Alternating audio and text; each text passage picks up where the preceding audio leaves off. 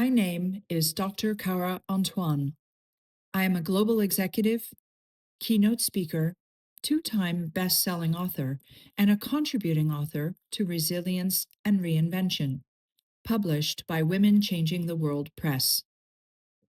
My chapter is called Weathered Forward, The Shape of Becoming. It's a story about three chapters of my own life: movements across borders, a health crisis that asked more of me than I anticipated, and a professional disruption that tested something quieter but more enduring than position. Together, they shaped what I've come to understand as strength through necessity. I hope something in these pages lands for you. Weathered Forward, the Shape of Becoming. If you have ever been called strong, pause for a moment and consider what that word is carrying.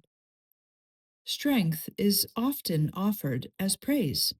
It sounds polished, admirable, even enviable. Yet beneath it, there is usually a story far less tidy. Most of us did not set out to cultivate strength as a virtue. We developed it because circumstances required it. We learned resilience through lived experience. We became courageous because challenge arrived and there were still decisions to be made. I have been called strong many times in my life. Each time I recognize the truth in it, and each time I recognize what lies beneath. Strength, in my experience, is rarely a personality trait. It is a response to necessity. When others call you strong, what they are most often witnessing is your resilience. They are naming the visible surface of something far deeper and more quietly earned. When others talk about strength, they are most likely referring to your resilience. Resilience to me is actually on the inside. It is lived experience, the process of being shaped by events you did not plan and choosing how to move forward with intention. It is the work of finding your footing after disruption and discovering that what unsettled you has quietly become part of your foundation. Over time, it becomes part of your architecture, strengthening perspective, refining judgment, and widening your capacity to contribute in ways you may have never anticipated. Over time, I began to understand that resilience moves through different layers of our being. Emotionally, it allows us to belong in unfamiliar places without losing ourselves. It is the quiet voice that says, even in uncertainty, you're going to be okay. It steadies you when everything feels new or fragile, and it reminds you that you can carry yourself through change. Physically, resilience asks the body to endure and adapt when health falters. It is the determination that rises after pain and whispers, stand back up, take the next step, try again. It lives in muscle memory and in patience, and in the willingness to rebuild strength slowly and deliberately. Cognitively, resilience protects clarity and dignity when professional identity shifts. It safeguards the narrative you tell yourself.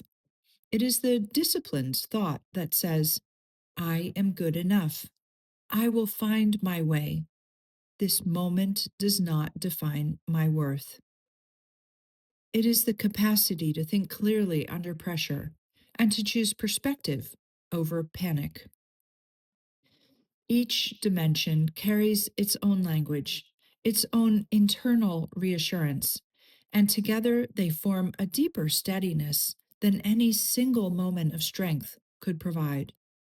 These are not abstract categories. These are chapters of my life. Each altered me, each required strength through necessity. Together, they shaped the person I am still becoming. Movement, emotional resilience. There is a particular loneliness that comes with a suitcase that never quite stays unpacked. It lives in departures. I will never forget the jet bridge in Newark, New Jersey. I was walking toward a flight to Munich, toward a new role and a future life I had agreed to with confidence. Halfway down that narrow corridor, I stopped. I could not move. People shuffled behind me. The air felt thin. A thought rose with piercing clarity. Once I stepped onto that plane, my life would never look the same again. Not the relationship with my parents, not the rhythm of daily family life. I felt as though I were leaving something sacred behind. It was one of the hardest walks of my life, and yet I kept walking. I landed in Munich in a bitter blizzard. Snow swept across the runway in thick, relentless sheets. I arrived on the 12th of January, and the next day, the 13th, was my birthday. There is something about turning a year older in a country where you know no one that sharpens your awareness of distance.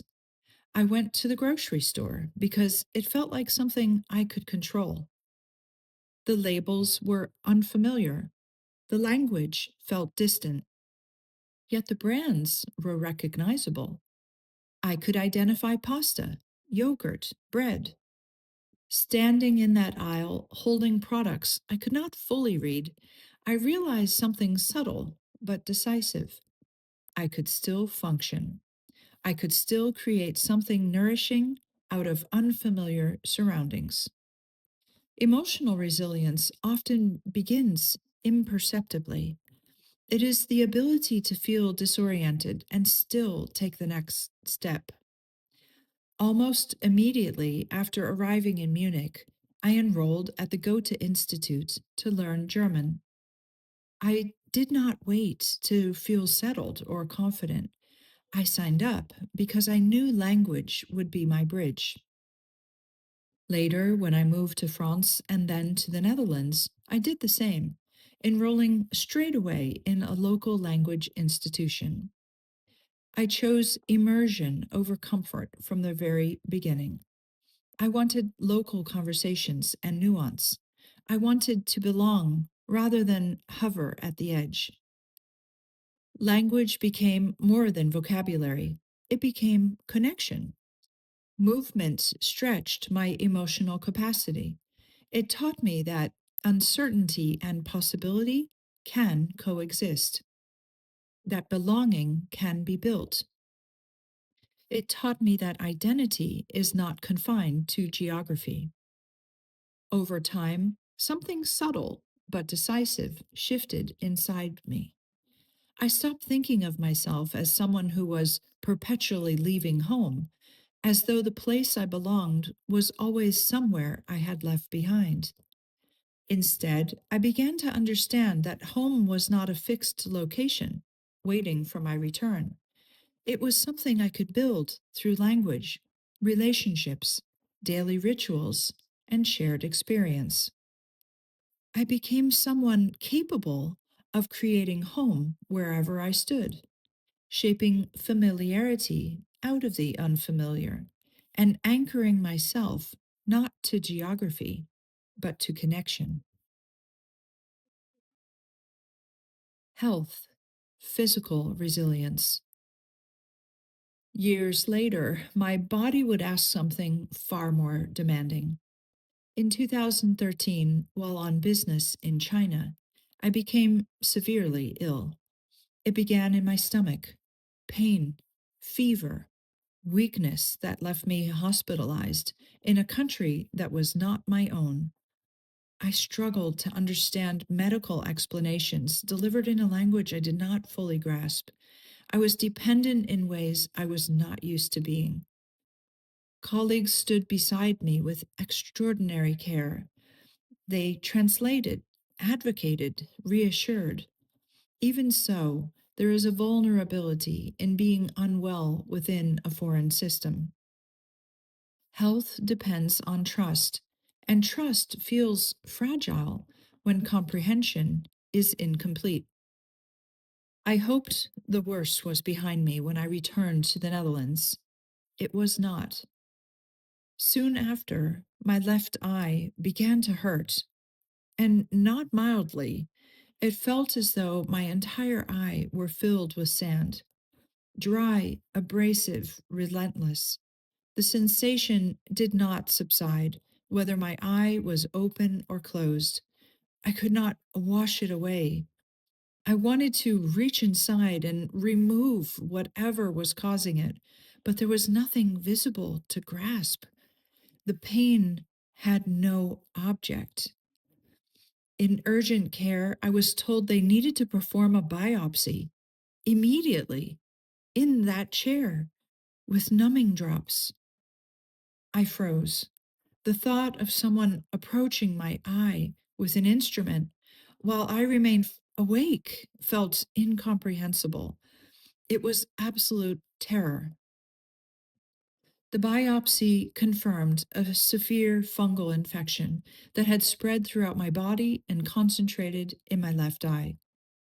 Surgery followed: a corneal transplant, removal of my lens, reconstruction of my pupil, and the eye's internal structure.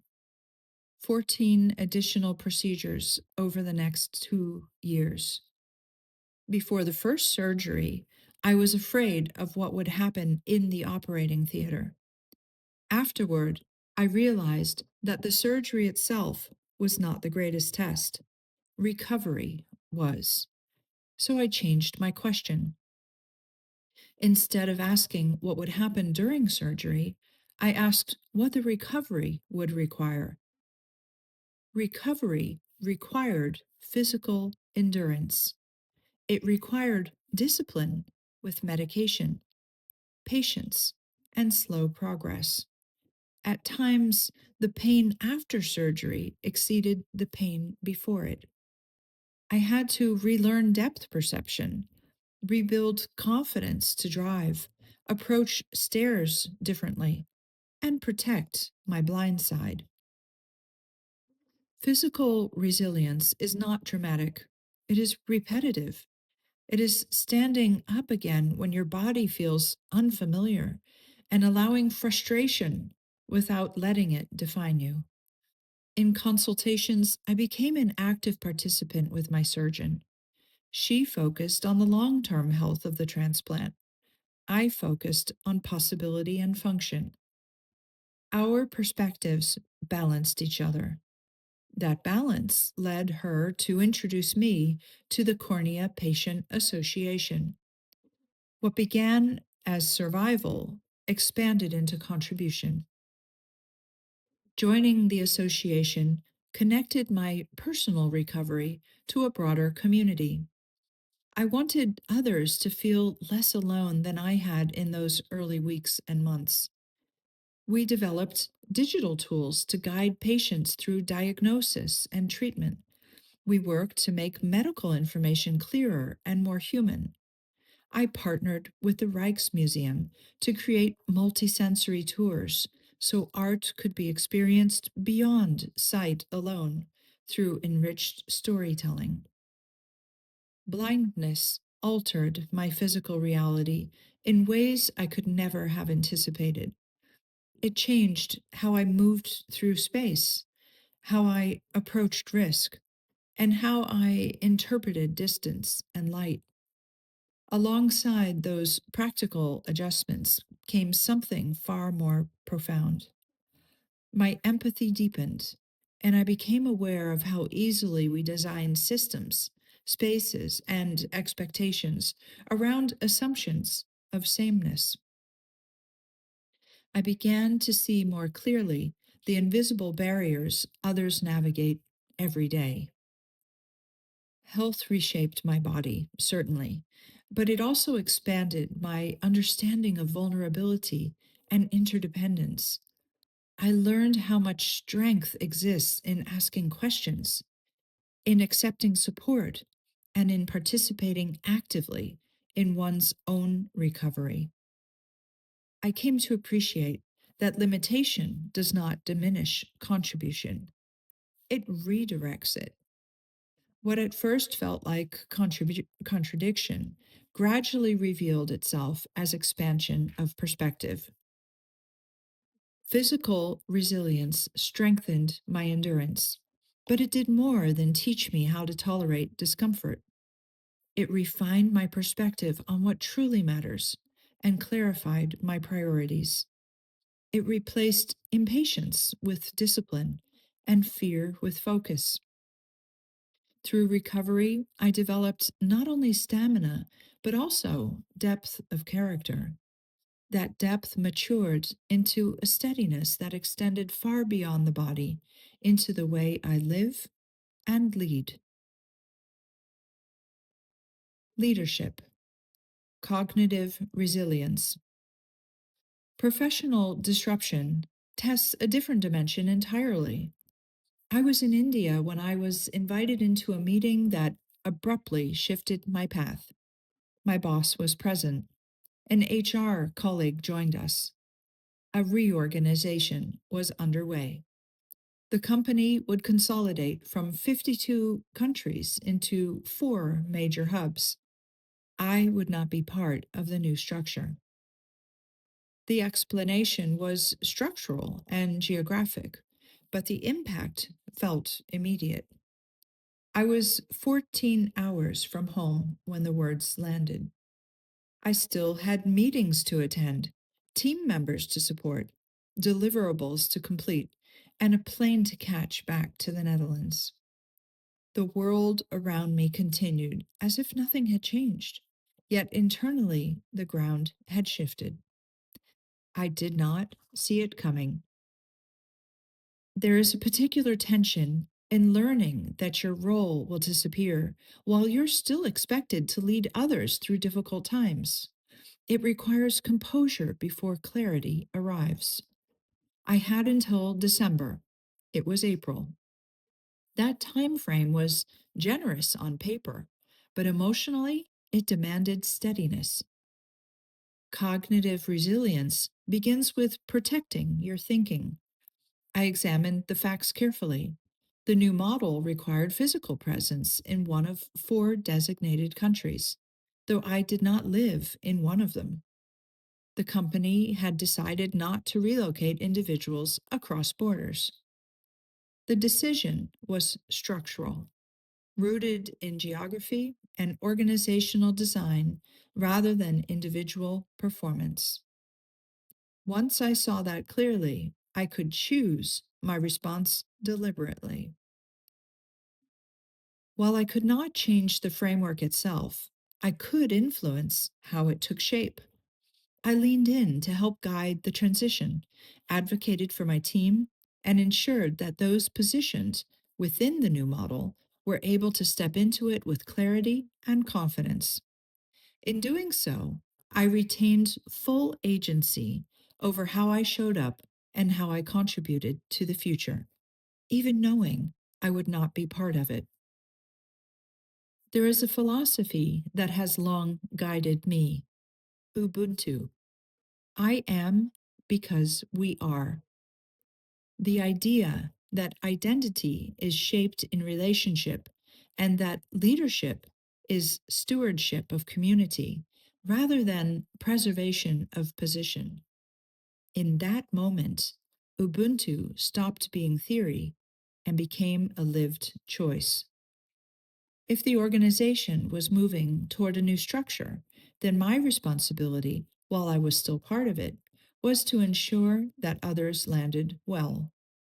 I met with team members individually, listened to their concerns, and helped them think through possibilities. I advocated for them within the emerging framework. I ensured that knowledge transfer was handled with generosity rather than guardedness. I remained fully engaged until my final day, Because leadership to me does not diminish when a role is ending. That decision restored something essential inside of me. It allowed me to leave with my integrity intact and relationships strengthened rather than strained. At the same time, I began to turn my attention outward. I allowed myself to imagine what might come next. Conversations unfolded gradually. Some were exploratory, others were affirming.